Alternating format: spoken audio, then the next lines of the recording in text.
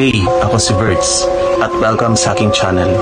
Ngayon, masasaksihan ninyo ang ilan sa mga nakakatakot na video sa social media ngayong linggong ito.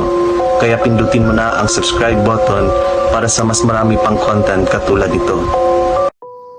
Ang susunod na video na nagmula sa isang TikTok user na nagngangalang Jose Martinez ay nagsisimula ng medyo nakakatuwa. Makikita natin ang isang batang lalaki na nakabihis bilang pirata para sa Halloween, nakapila sa isang convenience store, malamang umaasang makakatanggap ng candy mula sa cashier.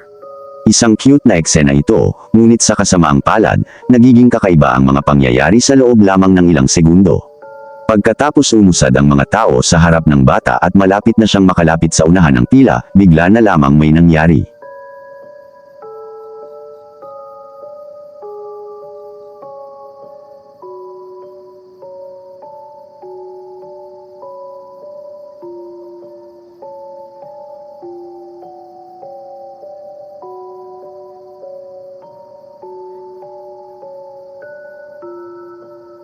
Habang masayang tumatakbo ang bata papunta sa cashier, tila may hindi nakikitang nilalang na biglang nagtulak sa kanya paatros, dahilan upang siya'y tumilapon at bumagsak sa sahig, na agad niyang ikinaiyak. Sa kabutihang palad, makalipas ang ilang segundo ay nakatayo rin ang bata at nagpatuloy upang kunin ang kanyang candy mula sa cashier. Ngunit nananatili pa rin ang tanong, sino o ano ang nagtulak sa inosenteng batang ito at bakit? Posible bang may galit na espiritu ng Halloween na naghahanap ng paghihiganti noong gabing iyon? O may iba pa bang paliwanag sa nangyari? Posible rin kayang nadapa lang ang bata ng mag-isa. Interesado akong marinig kung ano ang palagay ninyo tungkol sa kakaibang video na ito. Sa TikTok, may isang babae na nagngangalang Brie na nagpost ng isang napakakatakot na video na maaaring magbigay sa iyo ng bangungot. Nag-set up siya ng camera para mag-record magdamag upang makita kung gagalaw ba ang elf na kanilang isinabot sa picture frame. Ngunit sa halip, may mas nakakatakot na bagay ang naitala ng camera. Tingnan ninyo ito.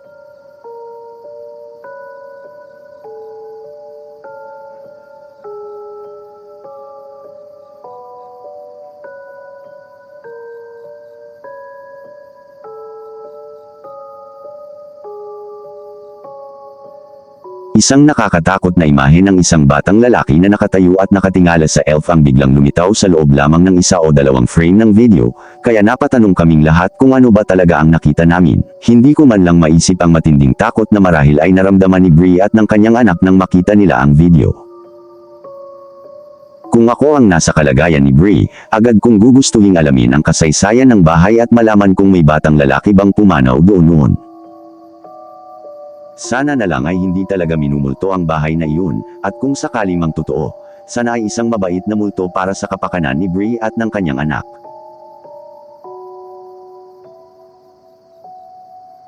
Ang sikat na subreddit na Unexplained ay tahanan ng ilan sa mga pinakakakaiba at pinakanakalilitong video na maaari mong mapanood sa internet. Ito ang uri ng mga video na talagang magpapakamot sa iyo ng ulo at magtatanong kung ano nga ba talaga ang iyong tinitingnan.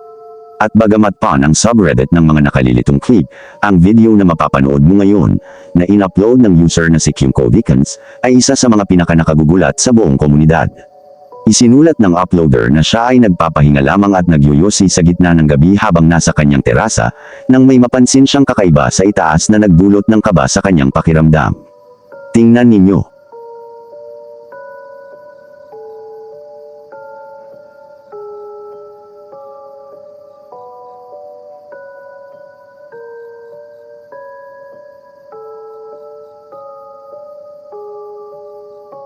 Sa hindi maipaliwanag at nakakatakot na dahilan, ang mga sigol na makikitang lumilipad sa harap ng uploader ay tila kumikislap ng kulay asol.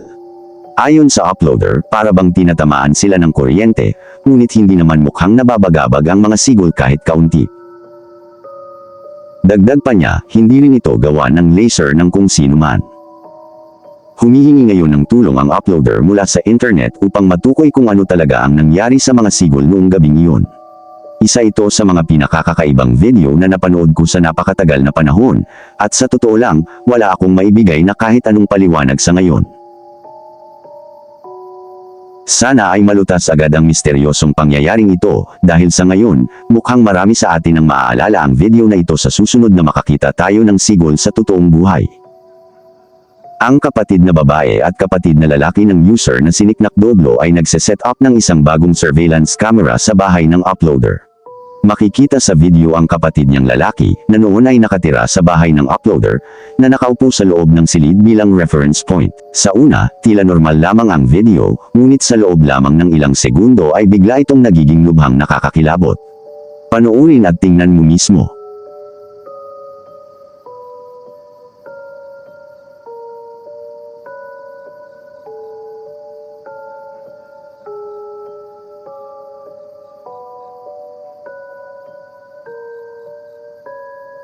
May isang kakaiba at halos mukhang kambing na figure na makikitang unti-unting lumilitaw sa likod ng balikat ng lalaki. Ngunit ang tanong, kambing ba talaga ito, o posible kayang isa itong demonyo na naganyong kambing? O baka naman may mas simple at natural na paliwanag lamang sa nangyari. Sa kasamaang palad, walang mga sumunod na update na nagbigay ng malinaw at tiyak na sagot sa ating mga nag-aalab na katanungan. Sana na lamang ay hindi na muling bumalik ang nakakatakot na figurang ito upang maghasik ng takot sa puso ng mga taong ito.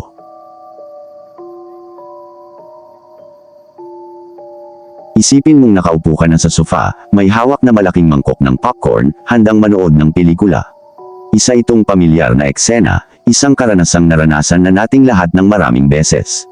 Pero naranasan mo na bang manood ng pelikula at bigla mong napansin ang isang bagay na hindi inaasahan?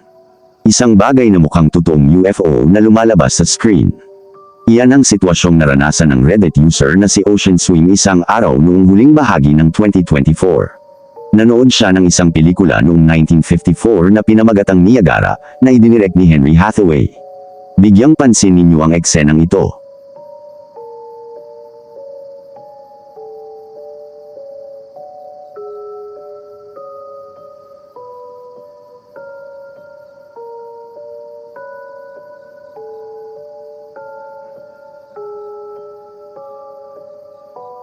Nakita nyo ba? Kung titingnan nyo ng mabuti, mapapansin ninyo ang isang bagay na tila isang UFO sa ibabang kaliwang bahagi ng kuha, malapit sa helicopter. Talagang kahanga-hanga at nakakalito ito. Ayon kay Ocean Swim, ang pelikula ay walang kinalaman sa mga UFO o alien, kaya malamang ay hindi ito sinadyang isama ng mga gumawa ng pelikula. Kaya ano nga ba ang nangyayari rito? Sa tingin ba ninyo, ang lumang pelikulang ito ay hindi sinasadyang nagpakita ng totoong footage ng isang lehitimong UFO? Hindi raw ito isang UFO. Sa palagay ninyo, ano kaya ito? Ibahagi ninyo ang inyong mga teorya sa comment sa ibaba. Isang Reddit user na may pangalang Federal Swim 4,423 ang nagpost ng isang nakakatakot na video mula sa kanilang home security camera sa kanilang account ilang araw lamang ang nakalipas. Ayon sa kanya, nakuha ang video matapos siyang makatanggap ng abiso na may nakitang paggalaw ang camera. Tingnan ninyo at husgahan mismo ang kuha.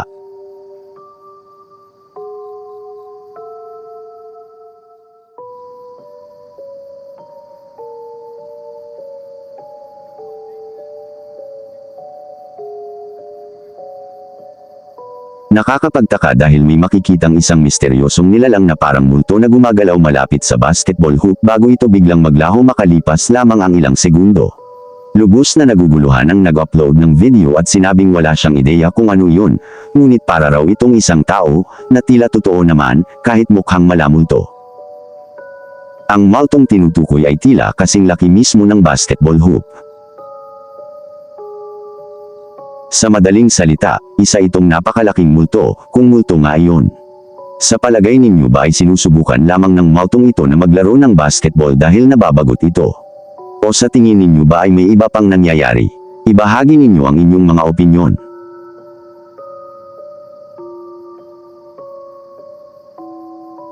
Ang isang lasing na tao ay kadalasang nakikita bilang nakakatawa dahil ang kaunting alak ay nakapagpapaluwag ng inhibition na nagreresulta sa mga salitang hindi napipigil, pinalalabis na kilos, at mga hindi inaasahang kalokohan na maaaring magmukhang nakakaaliw sa mga nanonood. Sa isang TikTok video na ipinost noong 2021 ng isang user na kilala lamang bilang Opal Ghosts, makikita natin ang kanyang kaibigang lasing na nagbibiro at nag-e-enjoy sa oras na yun. Mukhang isang nakakatawa at normal na video ito, ngunit, tulad ng maaari mong asahan, mabilis itong nagbago. Ang kaibigan ni Opal ay sumasayaw habang isang napaka-cute na aso ay naglalakad-lakad sa kwarto, marahil naguguluhan kung ano ang nangyayari. Lahat ay laro at kasiyahan para sa kaibigan ni Opal, hanggang sa ito ang nangyari.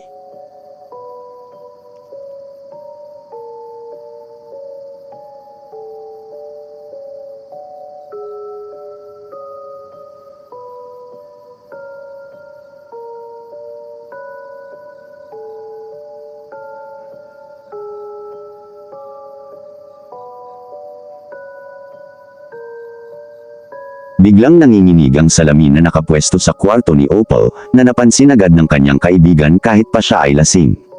Kitang-kita sa kanyang mukha ang takot sa insidente, at hindi mahirap maintindihan kung bakit. Isang pangalawang video na ipinost ni Opal kalaunan ay ipinapakita niya na hindi ang pagtalon-talon ng kaibigan niya ang sanhi ng pag-alog ng salamin. May isang nagkomento na baka aksidente lang na natama ng kamay ng kanyang kaibigan ang salamin. Ngunit sa muling pagsusuri ng footage, mukhang hindi iyon malamang. Ano sa tingin ninyo tungkol sa nakakatakot na video na ito? Sa kahit anong paraan, masasabi nating malamang na magiging maingat si Opal at lagi niyang babantayan ang salamin sa hinaharap. Ang halos 10 minutong haba na video na ito ay ipinost sa UFO subreddit at ipinapakita ang ilan sa mga pinakakakaiba at di umano'y totoong mga UFO sightings na naitala sa video. Sa paglalarawan ng post, isinulat ng nag-upload at CP. Medyo kilala na ang video na ito, pero kadalasan ay 60 segundong bersyon lang ang nakikita kong ipinupost dito.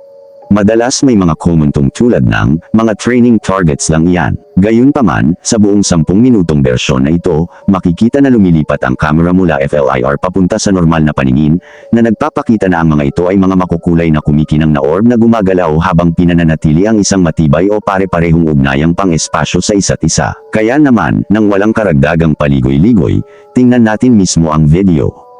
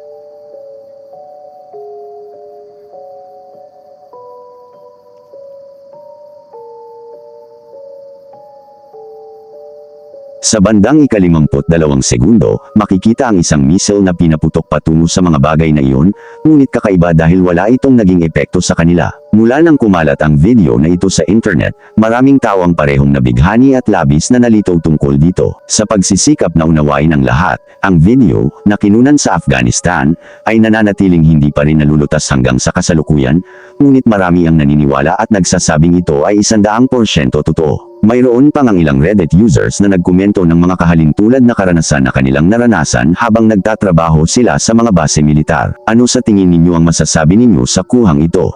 Totoo ba ito, o may iba bang mas madaling paliwanag kung ano talaga ang nangyayari? Ipinost ni Mario Ramsey ang sumusunod na video sa kanyang TikTok account, kung saan makikita siyang kinukunan ng video ang loob ng isang tila nasusunog na abandonadong ospital. Ang kuha ay talagang nakakatakot at nakakabagabag, kaya kung nais mo pang makatulog ng maayos ngayong gabi, baka dapat mong pag-isipang mabuti kung ipagpapatuloy mo pa ang panunood. Sa pagsasali ng mga salitang lumabas sa screen, lumalabas na sinabi ni Mario na may napansin siyang isang napakakakaibang bagay habang siya ay nasa trabaho.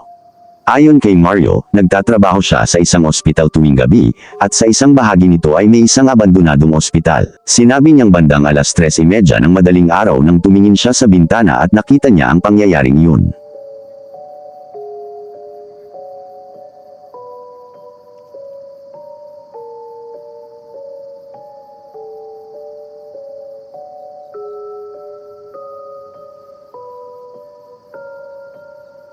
Ipinapakita sa video na may isang nilalang na tila nasusunog o may apoy sa loob ng gusali. Sumasang-ayon si Mario na ang nilalang sa loob ay mukhang isang tao. Gayunpaman, sinabi rin niya na nang magsimula siyang mag-record ng video, bigla itong naglaho ng walang iniwang bakas. Hanggang sa ngayon, wala pa ring ganap na katiyakan kung ano talaga ang nakuna ni Mario. Umaasa na lamang tayo na walang sinuman ang malubhang nasaktan sa pangyayaring ito.